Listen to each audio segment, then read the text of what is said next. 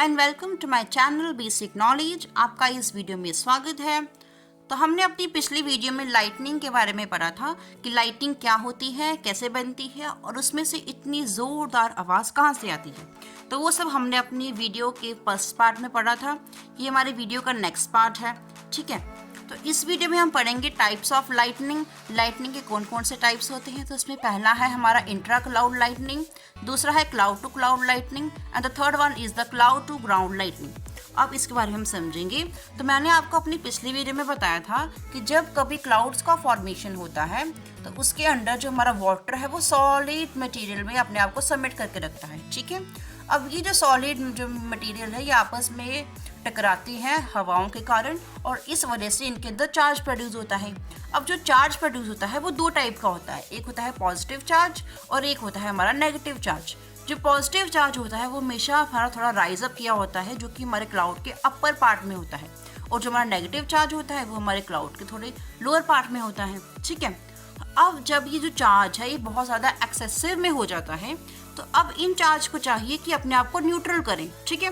तो अब ये न्यूट्रल कैसे कर सकते हैं। न्यूट्रल करने के लिए आपस में इनको अपना चार्ज जो है वो ट्रांसफ़र करना पड़ता है, ठीक है। अब पॉजिटिव जो अगर पॉजिटिव चार्ज एक्सेसिव में है तो वो चाहता है कि नेगेटिव चार्ज जो है वो उसे ले ले, और अगर पॉजिटिव चार्ज ज़्यादा है तो वो चाहता है कि नेगेटिव चार्ज उसे ले ले, ठीक है। तो जब एक ही क्लाउड के अंदर चार्ज का ट्रांसफ़र होता है, जैसे ये देखिए पॉजिटिव चार्ज ऊपर है, नेगेटिव चार्ज नीचे है, तो पॉजिटिव चार्ज है अपना कुछ चार्ज है वो नेगेटिव चार्ज को दे रहा है, ठीक है।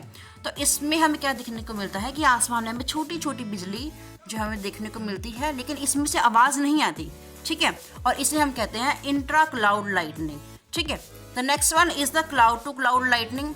अब क्लाउड टू क्लाउड लाइटनिंग में क्या होता है कि दो क्लाउड्स है वो आपस में ट्रांसफ़र करते हैं चार्ज का, ठीक है। ये रहा हमारा नेगेटिव चार्ज और ये रहा हमारा पॉजिटिव चार्ज, और इसमें क्या हो रहा है कि पॉजिटिव चार्ज है वो नेगेटिव चार्ज की तरफ ट्रांसफ़र कर रहा है। इस लाइटनिंग में क्या होता है कि हमें एक बहुत लेंथी लाइटनिंग देखने को मिलती है जो कि काफ़ी बड़े एरिया को उसने कवर किया होता है, और इस लाइटनिंग में हमें एक बहुत ज़ोरदार आवाज़ भी सुनाई देती है, ठीक है। अब अगर हम बात करें कि next one is the ground to ground lightning. इसमें क्या होता है कि जो लाइटनिंग जो है वो होती है हमारे क्लाउड से लेके अर्थ तक। इसमें क्या होता है कि जो चार्ज है हमारे क्लाउड से लेके अर्थ की तरफ जो है वो मूव करते हैं। क्लाउड का चार्ज है वो अर्थ को आप लोग को अपने आप में सबमिट कर लेता है, ठीक है। और इस लाइटनिंग में क्या होता है हमें एक बहुत ज़ोरदार आवाज़ सुनाई देती है, और ये जो लाइटनिंग होती है ये बहुत ज़्यादा डिस्ट्रक्टिव लाइटनिंग होती है, ठीक है। तो ये रहा कुछ एग्जाम्पल की मतलब से हम समझते हैं, कुछ पिक्चर्स के माध्यम से हम समझते हैं। तो ये है हमारा इंट्रा क्लाउड लाइटनिंग। तो मैंने बताया था कि इनकी जो लेंथ होती है काफ़ी शॉर्ट होती है। ये एक ही क्लाउड के अंदर लाइटनिंग होती है जिसमें जो पॉजिटिव चार्ज और नेगेटिव चार्ज जो कि एक ही क्लाउड में मौजूद है अपने आपस में जो है वो चार्ज का ट्रांसफ़र करते हैं, ठीक है। और जिससे हमें छोटी छोटी लाइटनिंग देखने को मिलती है, लेकिन इसमें से जो है आवाज़ हमें नहीं आती, ठीक है। Then the next one is the cloud to cloud lightning. तो इसमें क्या होता है कि दो क्लाउड्स के बीच में जो चार्ज है वो ट्रांसफ़र होता है, ठीक है। पॉजिटिव चार्ज नेगेटिव की तरफ आता है, और इसमें हमें बहुत बड़ी बड़ी लाइटनिंग देखने को मिलती है आसमान में, और इसमें से जो है बहुत ज़ोरदार आवाज़ भी आती है, ठीक है। अब the next one is the ground to cloud to ground lightning. तो इसमें क्या होता है कि हमारा जो चार्ज है वो आसमान से जो है वो अर्थ की तरफ ट्रांसफ़र होता है, और ये जो है बहुत ख़तरनाक और बहुत डिस्ट्रक्टिव होती है। इसमें से बहुत ज़ोरदार आवाज़ आती है। अब अगर हम बात करें कि प्रिकॉशंस क्या लेने चाहिए हमें लाइटनिंग से बचने के लिए, अपने बिल्डिंग्स अपने घरों को बचाने के लिए हमें क्या प्रिकॉशंस लेने चाहिए, तो ये है बेंजामिन फ्रैंकलिन। तो इन्होंने इन्वेंट किया था लाइटनिंग रॉड, जो कि आपके घरों को हमारे घरों को बिल्डिंग्स को बचाने में हेल्प करती है। तो आप अगर सोचेंगे कि छोटी सी रॉड कैसे हेल्प कर सकती है, तो ये मैं आपको बताती हूँ। इस जो रॉड को है हम अपनी बिल्डिंग के ऊपर सेटअप करते हैं करीब करीब यहाँ पे। तो जब कभी यहाँ पे आसपास लाइटनिंग हो रही होती है तो ये जो कंडक्टर है, ये जो लाइटनिंग रॉड है, ये लाइटनिंग को अपने तरफ जो है वो अट्रैक्ट करता है, और जब भी इसके ऊपर लाइटनिंग गिरती है तो सारी जो लाइटनिंग है वो वायरिंग से होते हुए हमारे अर्थ में सबमिट हो जाती है, और जिस वजह से हमारी जो बिल्डिंग है, हमारे जो होम्स हैं वो सेफ हो जाते हैं, ठीक है। अब अगर नेक्स्ट बात करें कि और हमें क्या प्रिकॉशंस लेने चाहिए, तो सबसे पहले तो हमारा इंपॉर्टेंट, हमारा सबसे प्यारा हमारा घर होता है। घरों में रहना ही सबसे ज़्यादा सुरक्षित माना जाता है। लेकिन अगर आप अपने घरों में नहीं हैं तो आप क्या करें, आप किसी ग्राउंड में हैं, पार्क में हैं, तो आपको इस पर्टिकुलर पोजीशन में बैठ जाना है और अपने हाथों को अपने कानों के ऊपर रख लेना है, ताकि जो इतनी ज़ोरदार जो आवाज़ है लाइटनिंग की, वो आपके कानों को जो है वो डैमेज ना कर सके। ठीक है।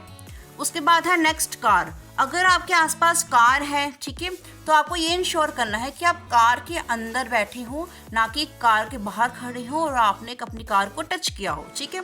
जब अपनी कार में बैठे होंगे तो अगर उस टाइम पे लाइटनिंग आपके ऊपर पड़ती भी है, तो जो लाइटनिंग है वो साइड से होते हुए अर्थ में सबमिट हो जाएगी और आप गाड़ी के अंदर होंगे, आप सेफ हो जाएंगे। लेकिन अगर आप गाड़ी के बाहर और आपने टच किया हुआ है कार को, तो अगर लाइटनिंग स्ट्राइक करती है तो वो आपकी गाड़ी के साथ साथ आपको भी हार्म करेगी। उसके बाद ये इंश्योर करना है कि अगर आप लाइटनिंग हो रही है तो आप छाता लेके बाहर ना निकले, क्योंकि छाता में जो ये जो रॉड लगी होती है ये मेटल की होती है। ठीक है। और ये जो है लाइटनिंग को अपने और जो है वो अट्रैक्ट कर सकती है, जो कि हमारे लिए डेंजरस हो सकती है। इसलिए आपको इंश्योर करना है कि छाता नहीं निकलना है बाहर तब जब लाइटनिंग हो रही हो। ठीक है। उसके बाद है पेड़। अब आप ये मत समझिए कि बारिश हो रही है तो मुझे शेल्टर के लिए किसी पेड़ के नीचे खड़े हो जाना चाहिए। आपको इंश्योर करना है कि मैं पेड़ से दूरी बना के रखूं। क्यों? क्योंकि जैसे मैंने बताया था कि लाइटनिंग जब भी आती है तो उसको चाहिए कि कोई इजी पाथ मिल जाए अर्थ में सबमिट होने के लिए। और जैसे कि आपको पता है कि जो हमारा जो ट्री है वो अर्थ से थोड़ा राइज अप होता है। ठीक है। जो कि हमारी लाइटनिंग के लिए एक ईजी पाथ होता है। अगर हम उसके आसपास खड़े होंगे तो जब बिजली पेड़ के ऊपर गिरेगी तो वो हमें भी जो है वो डैमेज कर सकती है। इसलिए आपको इंश्योर करना है कि आप लाइटनिंग के दौरान पेड़ों से दूर रहिए, ताकि आप जो है वो सेफ रहें। ठीक है।